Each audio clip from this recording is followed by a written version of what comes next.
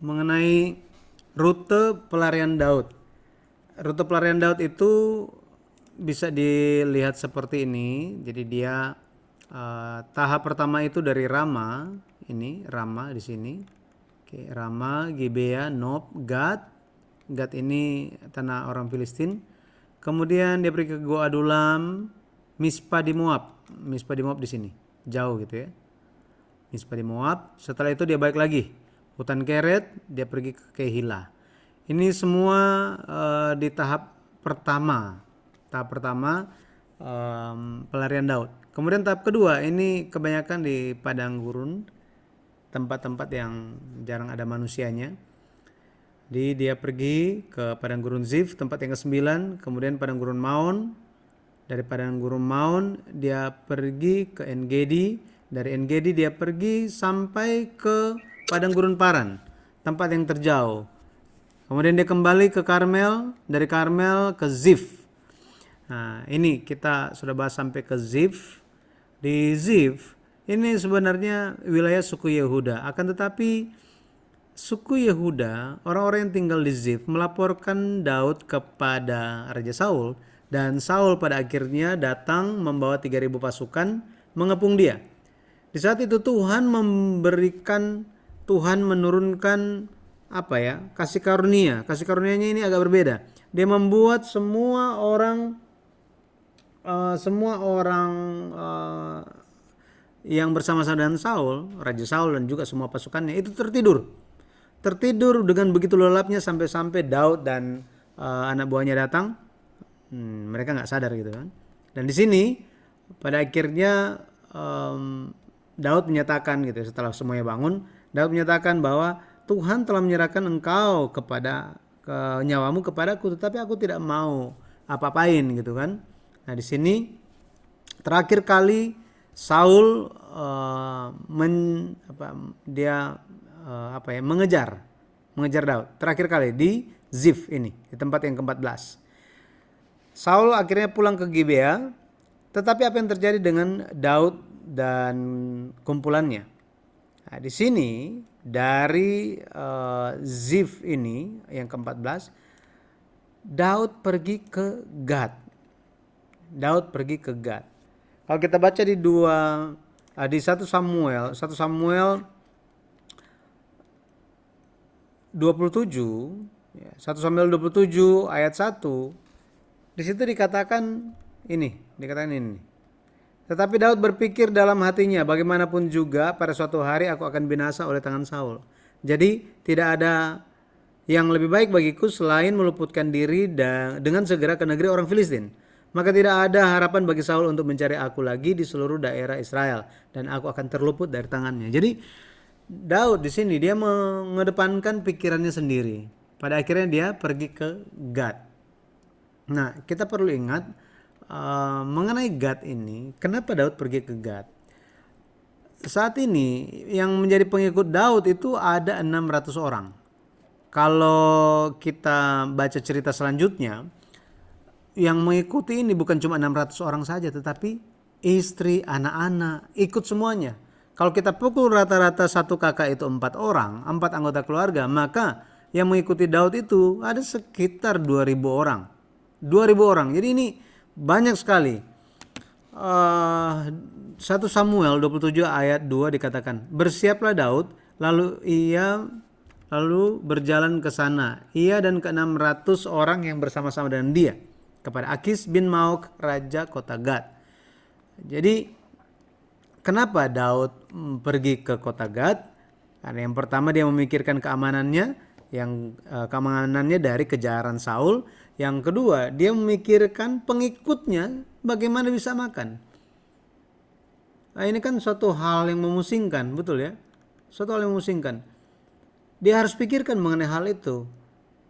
Masih ingat kan ketika mereka itu di Karmel?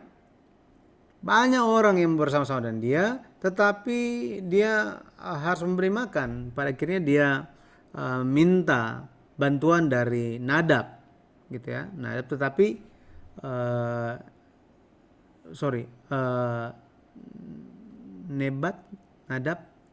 Nadab ya. Nadab atau Nebat? Nabal, sorry. Nabal. Dia minta bantuan dari Nabal, tetapi Nabal tidak membantu dia. Untungnya istri Nabal yang bernama Abigail mencairkan suasana. Akhirnya Daud tidak memusnahkan rumah dan segala milik dari Nabal ini. Jadi ada sekitar 600 orang, kalau total semua sekitar 2000 orang berjalan mengikuti Daud.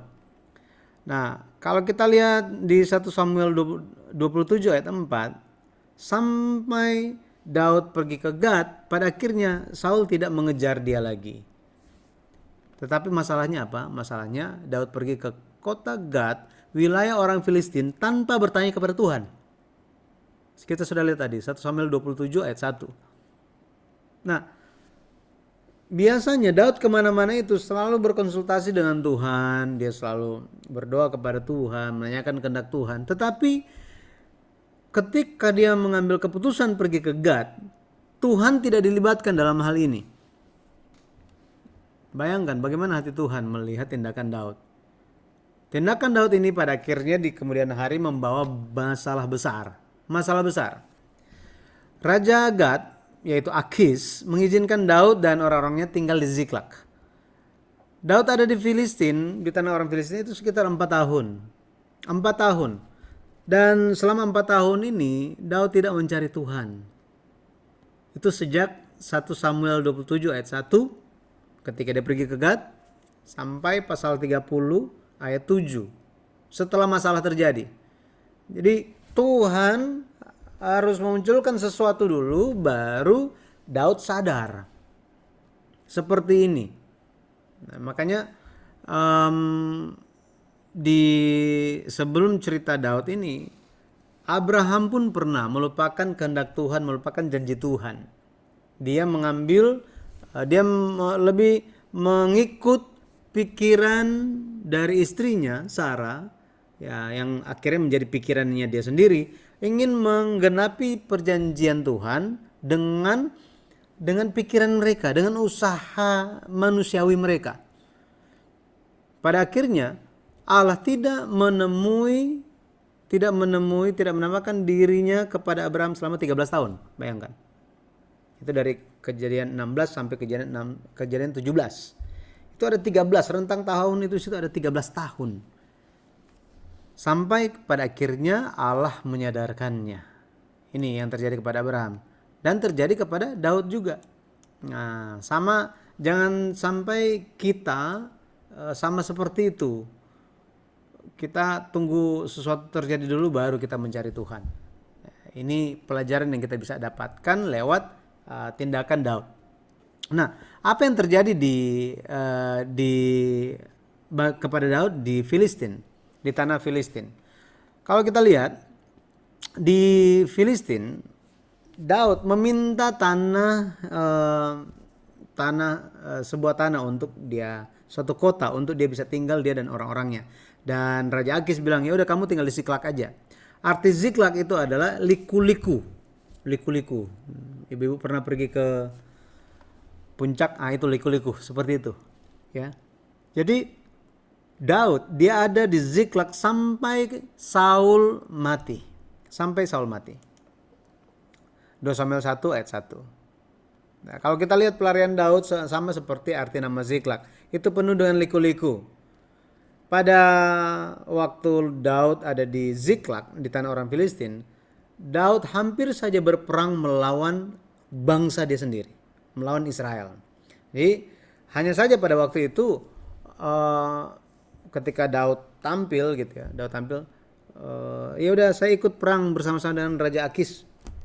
Tapi waktu itu panglima-panglima Raja Akis melihat, wah ini kan yang berperang dulu lawan kita tahu ini orang ini bisa dipercaya enggak? Jadi karena panglima-panglima Filistin ini protes kepada Raja Akis, akhirnya Raja Akis bilang, Daud, daripada masalah nggak usah deh, kamu nggak usah ikut. Nah ini, oke. Nah, kalau kita lihat lewat peristiwa ini, kita bisa menyaksikan pemeliharaan Tuhan yang begitu ajaib. Bagaimana dia mencegah Daud untuk pergi perang melawan kaumnya sendiri. 1 Samuel pasal 29 perang itu terjadi. Tetapi permasalahannya muncul apa? Kalau kita lihat ini masalah yang begitu besar terjadi kepada Daud dan juga pengikutnya. Ketika Daud lagi pergi bergabung dengan Raja Akis, mereka meninggalkan keluarga mereka, rumah mereka, keluarga mereka, anak-anak mereka di Ziklag. Nah, ketika mereka lagi nggak ada di Ziklag, tiba-tiba orang Amalek itu menyerang Ziklag. Membakar rumah-rumah, menawan istri mereka dan juga anak-anak mereka, menjarah semua barang-barang milik mereka.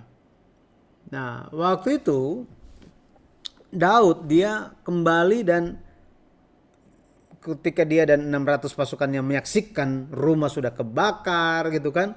Waduh, mereka pikir apa? Wah, istri mereka, anak-anak mereka sudah mati semuanya. Mereka marah minta ampun gitu ya. Marahnya luar biasa sampai-sampai apa? Mereka mau melempari Daud dengan batu. Bayangkan. Kenapa? Karena kesedihan yang tidak terkontrol lagi gitu ya. Tidak terkontrol. Waktu itu Daud bertanya kepada Tuhan. Ini, Daud bertanya kepada Tuhan. Ketika Daud bertanya kepada Tuhan di sini, di 1 Samuel 30 ayat yang ke-6 dan 7, ini sudah apa? Sudah sekitar 4 tahun lamanya Daud tidak pernah memanggil nama Tuhan. Dia tidak pernah mencari Tuhan. Seperti ini. Ya.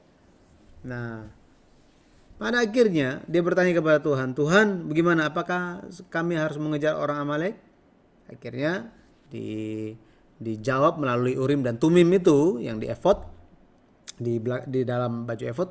Oh ya, kalian pergi kejar, kalian akan menang. Pada akhirnya kalau kita baca di 1 Samuel pasal 30 ayat 20, mereka bisa memulihkan semua harta mereka. Mereka bisa menang, bisa menyelamatkan istri-istri mereka dan juga anak-anak mereka. Jadi Daud, kalau kita lihat, dia tenggelam dalam keadaan yang sangat sulit.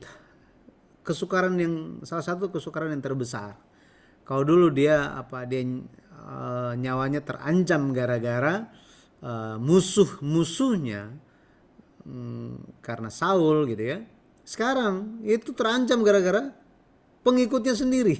Ya karena keadaan gitu ya. Tetapi dia segera bertobat dan menanyakan kehendak Tuhan. Dia berdoa kepada Tuhan. Dia bersandar kepada Tuhan. Pada akhirnya Tuhan memulihkan keadaannya. Nah, jadi kita bisa lihat kehidupan Daud dari tempat pertama ya, Rama, Gibea, terus sampai ke Ziklag, tempat yang ke-16. 10 tahun Daud menjalankan kehidupan pelariannya. Ini kalau kita lihat Daud menggambarkannya itu satu kehidupan yang seperti panas yang terik, mengalami panas terik, sangat kehausan, dahaga. Tetapi di dalam hidupnya ada dua sosok yang menjadi seperti air sejuk yang sangat menyejukkan hatinya. Dia adalah Yonatan dan Abigail. Kalau kita lihat Yonatan, dia adalah anak Raja Saul yang seharusnya menjadi pewaris, penerus kerajaan. Tetapi dia bisa melihat kehendak Tuhan ada pada Daud. Dia ingin supaya Daud menjadi raja. Dia menjadi orang yang kedua. Nah, dia menguatkan iman Daud ketika Daud sementara goyah, sepertinya dia nggak ada harapan. Tetapi Yonatan menjadi supporter di dalam iman. Nah, ini luar biasa. Nah, jadi Daud disejukkan kembali. 1 Samuel 23 ayat 15 sampai 18. Kemudian sosok yang kedua itu adalah Abigail. Abigail tadi saya sudah sebutkan, dia adalah istri Nabal. Abigail dia memohonkan belas kasihan Daud dengan kata-katanya yang berhikmat, yang berhikmat, yang tepat pada waktunya, bisa mengambil hati Daud. Amarah Daud itu bisa redam. Bisa redam. Ini luar biasa. Pada akhirnya kita lihat pengakuan dari Abigail di 1 Samuel 25 ayat 29, Abigail bilang bahwa Daud, engkau itu ada di dalam perlindungan Tuhan. Engkau adalah bungkusan orang hidup. Artinya apa? Artinya bungkusan orang hidup ini seperti hadiah. Hadiah yang berharga, harta yang berharga bagi Tuhan dan juga bagi umatnya. Jadi karena begitu berharganya, Daud tidak akan bisa dilukai oleh siapapun. Kalau Daud, ketika Daud mendengar perkataan Abigail ini, wah hatinya sangat disejukkan, gitu ya. Jadi ini yang menjadi tempat pelarian Daud. Ada 16 tempat dan pada akhirnya dia pergi ke Hebron. Nanti kita akan bahas mengenai Hebron di lain kesempatan. Tetapi seperti inilah 16 tempat pelarian Daud selama 10 tahun. Dan kita akan sambung. Bagaimana akhir mengenai Raja Saul ini? Akhir dari Saul ini seperti apa? Kalau kita lihat mengenai Saul, dia diurapi sebagai raja pertama Israel. Raja pertama Israel. Akan tetapi raja pertama Israel ini berakhir malang. Berakhir dengan kemalangan. Arti nama Saul artinya diminta, Saal, diminta, diinginkan. Atau diminta dengan sungguh-sungguh. Jadi Saul dia menjadi jawaban harapan, jawaban dari harapan orang Israel.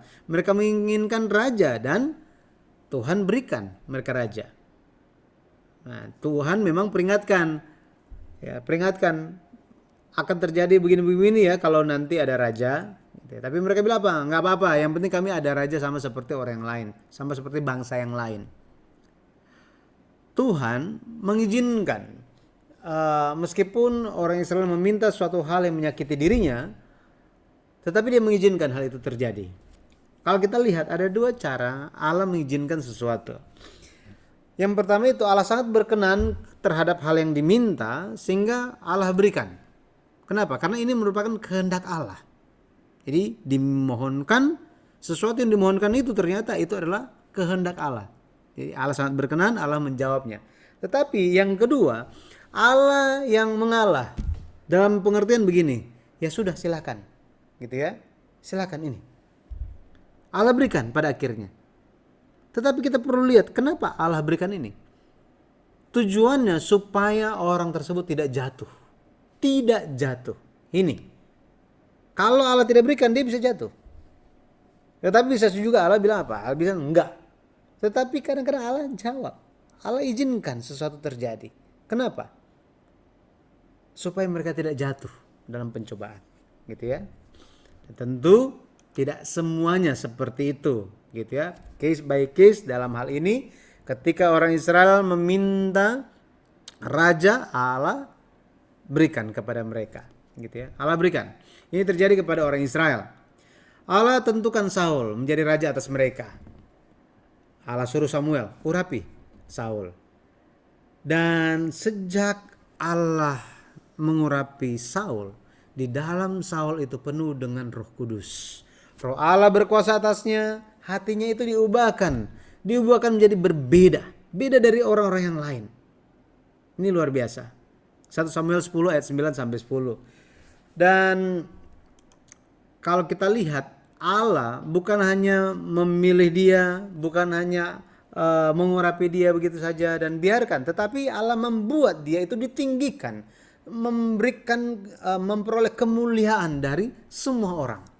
Kenapa? Karena yang terjadi ada orang yang suka, ada juga yang nggak suka kan. Tetapi karena Allah yang telah memilih Saul, Allah meninggikan Saul. Saul diurapi sebagai raja di umur 40 tahun, memerintah selama 40 tahun. Jadi dia mati di umur 40 tahun. 1 Samuel 13 ayat 1, Kisah 13 ayat 21. Sekarang kita lihat mengenai kejatuhan Saul. Jadi ini dia adalah raja pertama. Tetapi dia jatuh. Dia berakhir dengan malang. Apa penyebab kejatuhannya? Penyebab terutama itu karena dia memandang rendah firman Allah. Memandang rendah firman Allah. Firman Tuhan berkata, barang siapa meninggikan Tuhan, dia akan ditinggikan. Barang siapa yang merendahkan, dia akan direndahkan. Akan lakukan hal yang sama. Jadi apa yang Saul lakukan? Saul tidak taat dalam hal persembahan.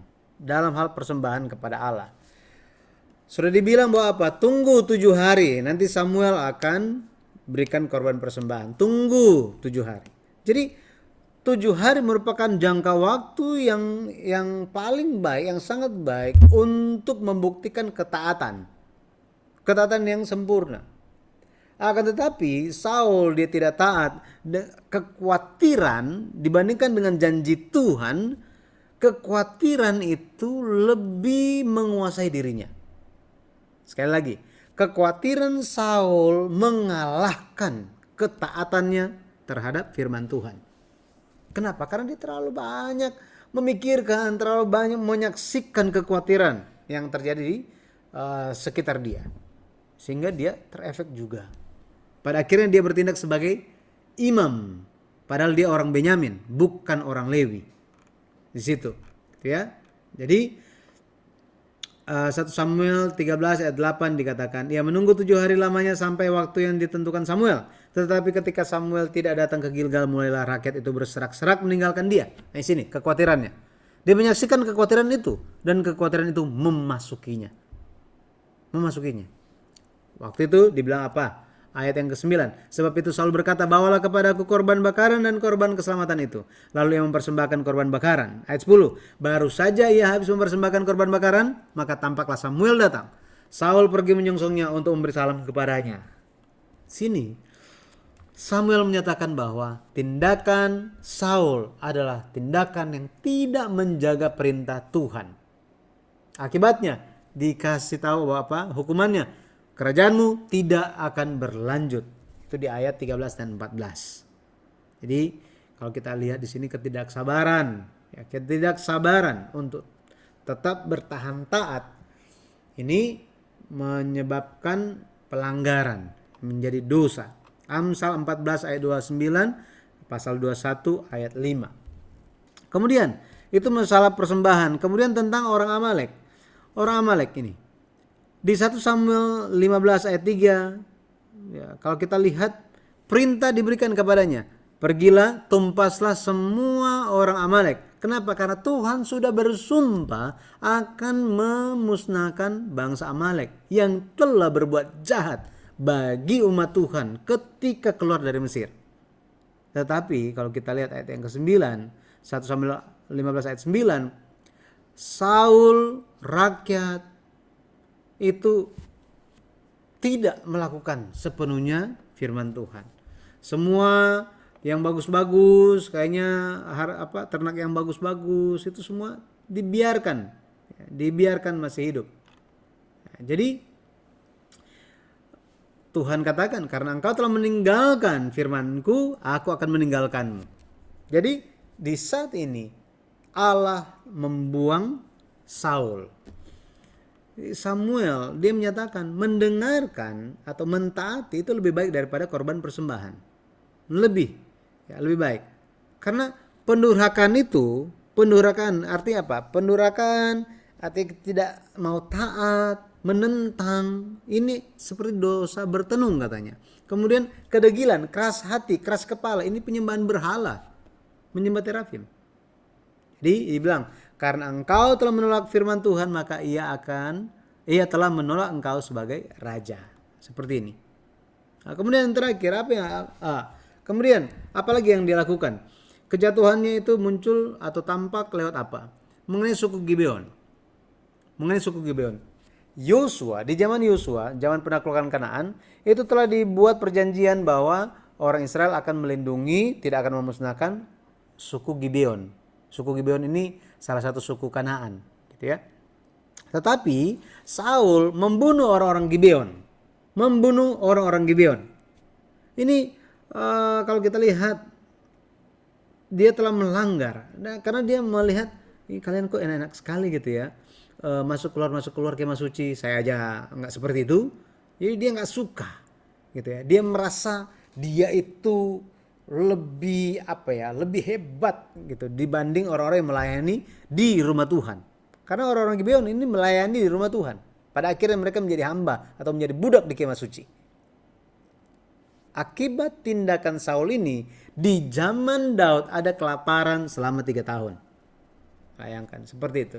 Kemudian pembunuhan 85 imam di Nob, kita masih ingat mengenai hal ini. Ini semua hal yang terjadi. Nah, bagaimana akhir yang malang, kemalangan dari Saul ini seperti apa? Yang pertama, Saul mati bersama dengan 3 anak laki-lakinya dalam perang Gilboa. Ini termasuk Yonatan. 1 Samuel 31 ayat 1 sampai 2. Di situ dikatakan kematian mereka. Kalau kita lihat di 1 Samuel 31 ayat 3 sampai 4, bagaimana Saul gitu ya. Saul ini kan melarikan diri, tetapi anak-anaknya ya 3 anaknya itu sudah mati semuanya. Nah, Saul ini lari, tetapi dia sangat parah lukanya. Dia berkata kepada pembawa senjatanya, bunuh saya saja, tikam saya saja. Tapi yang pembawa senjatanya itu nggak mau. Akhirnya Saul bunuh diri, gitu ya. Dia menjatuhkan diri, Saul menjatuhkan diri di atas pedangnya. Jadi kita bisa lihat dia mati dengan sangat-sangat tragis, ya. Mati dengan sangat-sangat tragis karena hal-hal ini. Dan kalau kita lihat akibat lainnya adalah kematian dari keturunan-keturunannya, ya, keturunan-keturunannya yang lain. Coba kita lihat di 2 Samuel 21. 2 Samuel 21. Kita lihat 2 Samuel 21. Oke, di sini ayat 1 dibilang begini, dalam zaman Daud terjadilah kelaparan selama 3 tahun berturut-turut. Lalu Daud pergi menanyakan petunjuk Tuhan. Berfirmanlah Tuhan, pada Saul dan keluarganya melekat hutang darah karena ia telah membunuh orang-orang Gibeon. Oke, ini yang dia lakukan. Kemudian kalau kita lihat apa yang pada akhirnya Daud tanya kepada orang Gibeon, apa yang kalian ingin saya lakukan? Mereka bilang apa? Serahkanlah keluarga pembunuh itu kepada kami, dan kami akan bunuh mereka. Waduh, ini ya, kalau kita lihat ayat yang ke-6 dikatakan begini, biarlah diserahkan 7 orang anaknya laki-laki kepada kami, supaya kami menggantung mereka di hadapan Tuhan di Gibeon, di bukit Tuhan. Lalu berkatalah raja, aku akan menyerahkan mereka. 7 orang keturunan Saul, bayangkan. 7 orang keturunan Saul mati semuanya.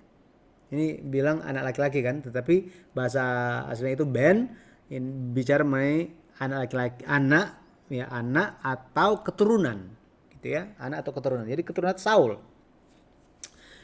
Pada akhirnya kalau kita lihat semua keturunan Saul itu habis, terkecuali anak Yonatan yang bernama Mephiboset. Ya, Mephiboset. Jadi sangat tragis. Sangat-sangat tragis akhir dari Saul dan keluarganya. Maka kita bisa lihat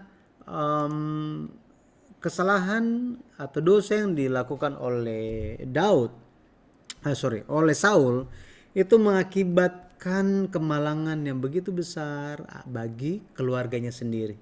Bukan hanya dirinya sendiri, tetapi keluarganya sendiri, bahkan keturunannya. Itu sebabnya kita pun kalau kita perhatikan hari ini di dalam kita kita mewarisi 3 macam dosa. Apa aja 3 macam dosa ini? Ini adalah dosa awal. Dosa awal ini bicara mengenai dosa Adam. Ini terus diturunkan sampai kepada kita hari ini.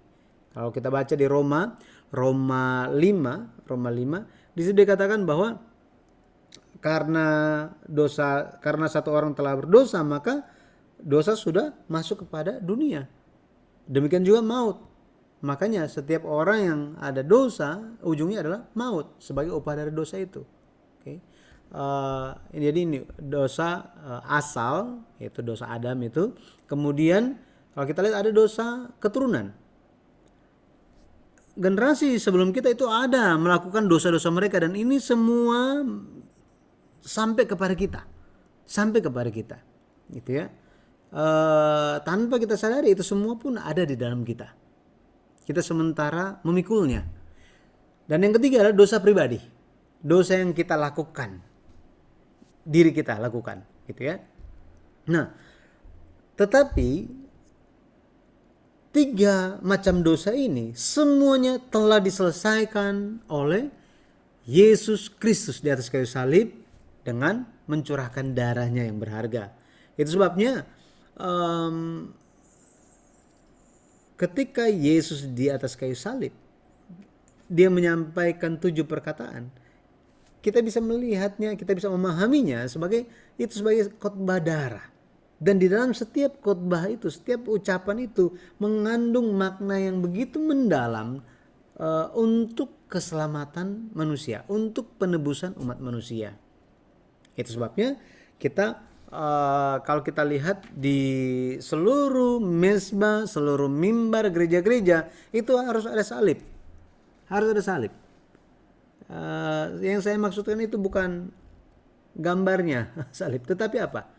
Tetapi harus ada firman hidup yang disampaikan.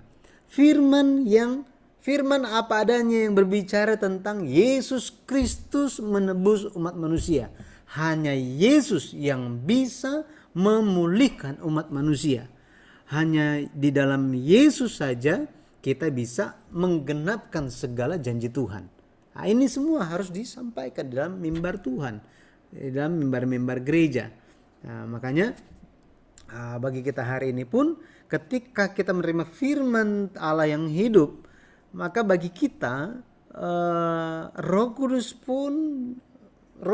pun turun pada kita, dan di dalam kita mulai suatu kegerakan untuk apa? Untuk maju dan lebih lagi mengenal kehendak Tuhan, lebih lagi mau melayani Tuhan, lebih lagi mau menyebarkan kabar baik dari Tuhan. Lebih lagi apa? Kita menyatakan terang Tuhan lewat perbuatan-perbuatan baik yang telah Tuhan ajarkan lewat firman-Nya.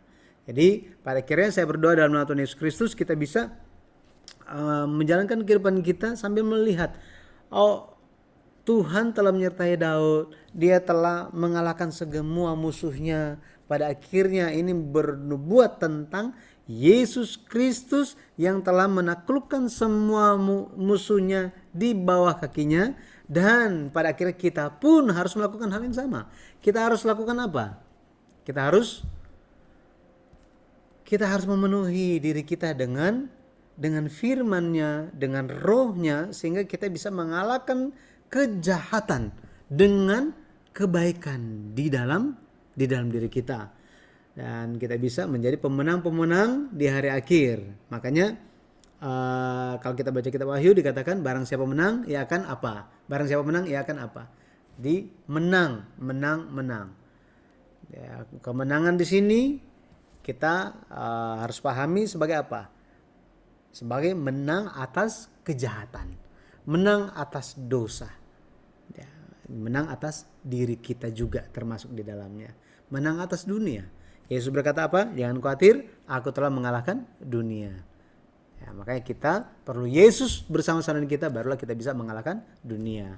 Sekali lagi, saya berdoa dalam nama Tuhan Yesus Kristus kita bisa terus ada di dalam Dia, di dalam firman-Nya, dan terus bersemangat untuk berbicara mengenai firman apa adanya, tanpa menyembunyikan firman Tuhan itu. Kita bicara apa adanya, karena kalau misalnya ya firman itu bukan untuk disembunyikan gitu, tapi untuk dinyatakan. Gitu ya. Semoga kita bisa tidak menyembunyikan firman ini, yang kita tahu, kesadaran kita, pemahaman kita bisa bagikan kepada banyak orang. Amin.